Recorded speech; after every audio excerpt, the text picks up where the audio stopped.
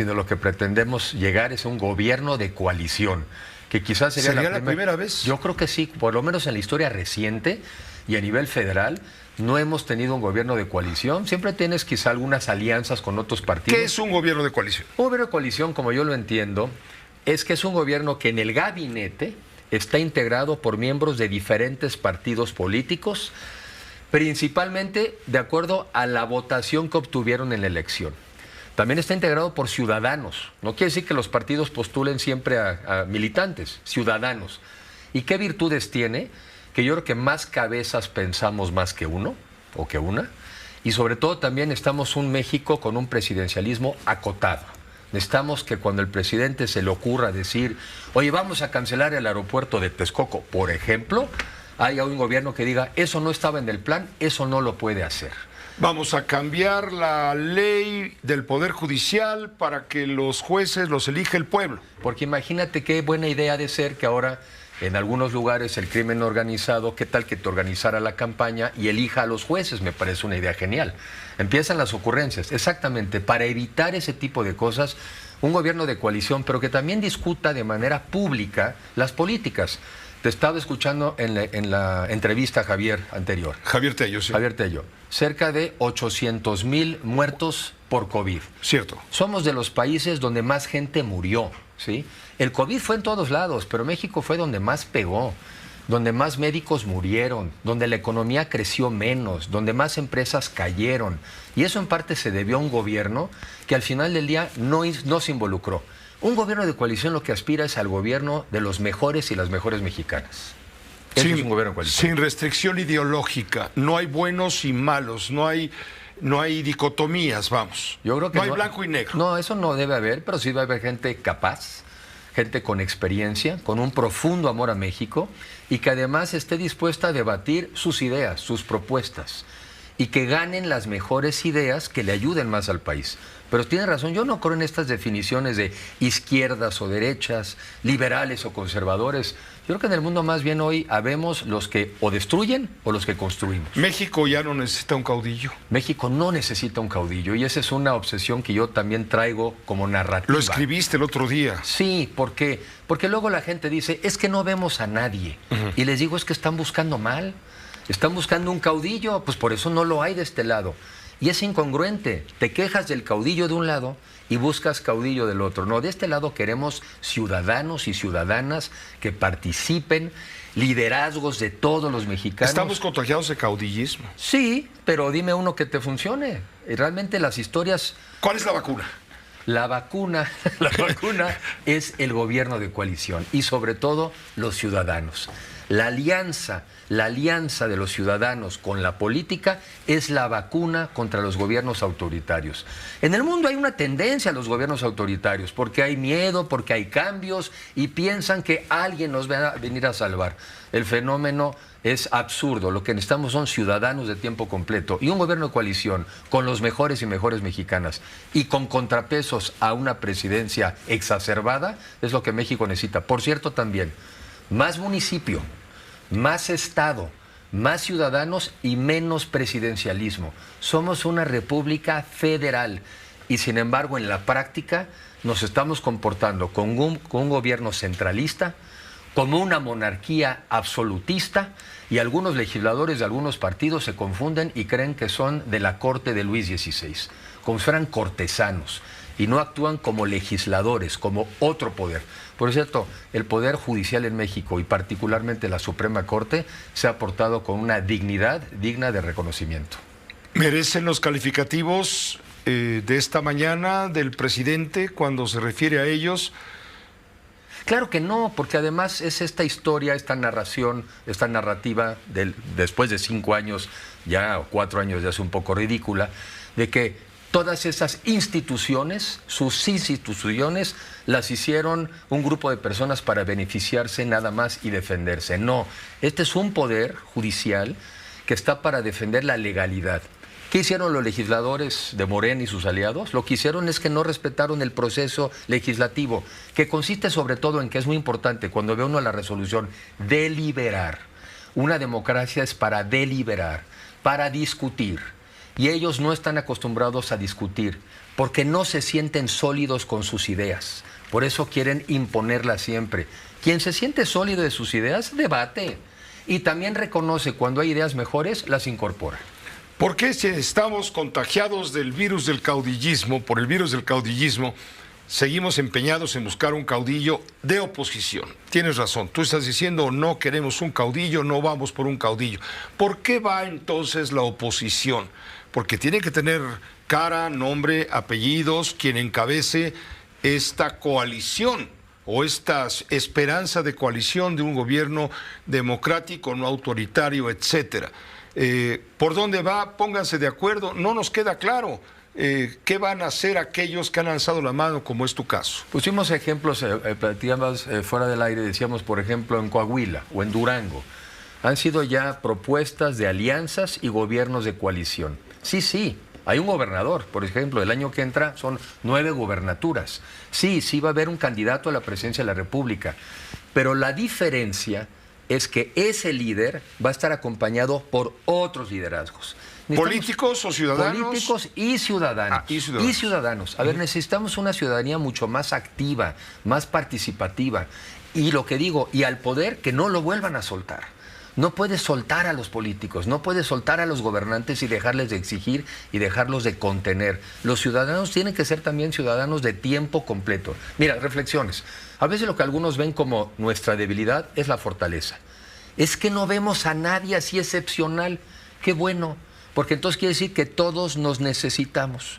Los caudillos no escuchan, no le hacen caso a nadie, no le hacen caso a los medios, a los ciudadanos, a los empresarios, a los científicos, a los de la cultura.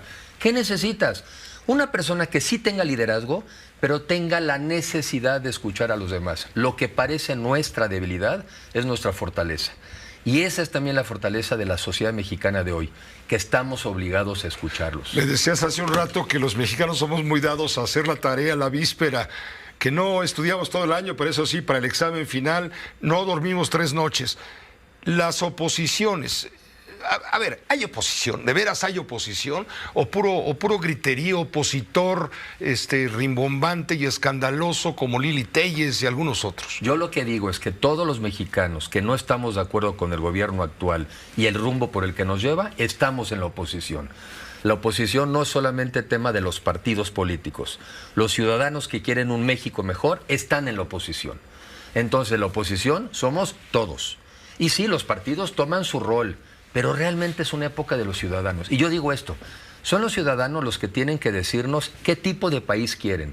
Y son los ciudadanos los que van a determinar qué liderazgo es al que van a depositar su confianza, pero no lo van a dejar suelto. Por eso es el liderazgo en el que yo creo, el que te invita a una mesa a discutir los problemas, a escuchar las propuestas de solución y ponernos de acuerdo. Ese es el liderazgo moderno. En las empresas hoy en día se acabó también la oficina de la esquina. La gente está en una mesa y nos ponemos a discutir como la que tienes aquí. Ese es el liderazgo moderno y no veo por qué en política buscamos un liderazgo de los años 30 del siglo pasado. Claudio X González está encabezando una forma de caudillismo fanático anti-López Obradorista. No creo. A ver, yo creo que Claudio ha hecho un papel importante desde el principio en Sí por México, de sumarse a los partidos y de decirles por parte de la sociedad, súmense, únanse. Pero hoy en día incluso ese movimiento se ha enriquecido. Hoy está este grupo de Unidos, que por cierto nos convocaron a algunos a tener una participación sobre el debate de gobiernos de coalición. Yo no lo veo francamente con un perfil de caudillo, pero sí de un ciudadano muy proactivo y con mucho valor. Y así hay muchos, ¿eh? Así hay muchos. Y de esos necesitamos muchos en todo el país. ¿Cuándo se van a poner de acuerdo? Porque ya Morena anunció su esquema, como quieras que sea, lo dijo aquí en donde estás tú sentado, Mario Delgado, habrá una encuesta y luego otra encuesta y saldrá candidato o candidata. Hay quien dice, pues ¿para qué? Es pura paramaya, ya está todo a favor de una y no de otros, o de otro y no de unas, en fin. ¿Cuándo se va a poner de acuerdo, digamos, todo este bloque que no es absolutamente el blanco del negro, el contraste de blanco con negro? No, pero ¿cuándo se va a poner de acuerdo el bloque para postular a alguien? La gente quiere saber quién puede ser ese guía, ese líder, porque no será caudillo, pero debe ser un líder que convoque justamente a toda esta energía que estás tú mencionando. Yo creo que junio es el mes de la definición del método En junio se tiene que definir el método y arrancar el procedimiento. ¿Hay algunas ideas ya? Sí, por ejemplo, yo he escuchado, porque las he leído, se pudieran armar debates en 5 regiones del país. México está dividido en 5 circunscripciones. Podría haber también algún tipo de votación al final de los debates. Ir de alguna manera, como dicen, cribando, si empiezan 15 posibles aspirantes, quienes se van saliendo de la carrera. Y la parte difícil es encontrar un método donde el ciudadano pueda participar, ya sea vía encuesta, que eso siempre se puede, o si hay algún tipo de votación. Esa es la parte que yo no tengo tan clara, una, por lo que cuesta y por el riesgo de que haya mano negra. Pero de que va a ser y debe ser un procedimiento abierto, transparente, atractivo, que los ciudadanos lo puedan contrastar y decir, aquí nosotros decidimos y allá están esperando el más viejo de los dedazos. Pues creo que queda claro cuál es la estrategia y el plan.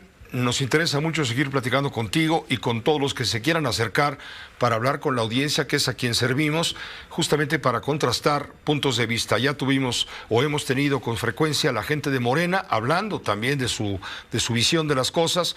Queremos ver la otra visión. Lo que no queremos son los fanatismos. Yo creo que México merece de más, un lado y de otro. De ninguna. Yo creo que México merece y los mexicanos tenemos derecho a un mucho mejor país, a un México, yo digo, de clases medias, donde superemos la pobreza extrema, el hambre, donde tengamos derecho a viviendas, a educación. Ese México sí está a nuestro alcance, sí está a nuestro alcance. Y para eso creo que nos tenemos que unir y por eso creo que es lo que tenemos que debatir. Te la voy a poner difícil. ¿Qué le dices tú a un fanático que odia a López Obrador y no habla de otra cosa más que de lo malo que es López Obrador? Y por más que tratas de convencerlo, no hay manera. No hay manera de que entienda, abrir su razón para escuchar otras voces, contrastarlas, razonar, sino se clavan en el fanatismo. Hay fanatismo religioso, fanatismo político. A los fanáticos anti-López Obradoristas, ¿qué les dice alguien de oposición a López Obrador? Que no está bien utilizada la energía. O sea, si ya sabemos qué no nos gusta, mejor enfoquémonos en esto, en el método, en el objetivo, en trabajar juntos. La energía nada más del odio no nos lleva a ningún lugar, de ningún lado. Entonces, cuando ya hay una gente que está tan fanatizada y todo es malo, a ver, ok, ya sé tu preferencia, pero trabajemos en lo que ahora necesitamos. Necesitamos movilizarnos. Vamos a necesitar cuidar casillas. Vamos a necesitar quizá invitar a observadores internacionales, porque esto está complicado. Para entonces va a ser un INE más debilitado. Y vamos a necesitar movilizar ciudadanos como si fuéramos un partido político. Entonces, no se desgasten en odiar a nadie. Mejor enfoquémonos en las acciones que tenemos que tomar para rescatar a México, para retomar el rumbo y para que en esta generación vivamos el mejor México posible y que sí está en nuestras manos. Muchas gracias, Enrique, por estar con nosotros. A ti, Pepe, gracias por la oportunidad. Gracias, buenas noches. Enrique de la Madrid Cordero. Él aspira a ser uno de los que encabeza justamente este movimiento. Ya está metido en este movimiento. Vamos a ver a dónde topa o hasta dónde topa para Enrique de la Madrid. Esta fue una producción de Grupo Fórmula. Encuentra más contenido como este en radioformula.mx.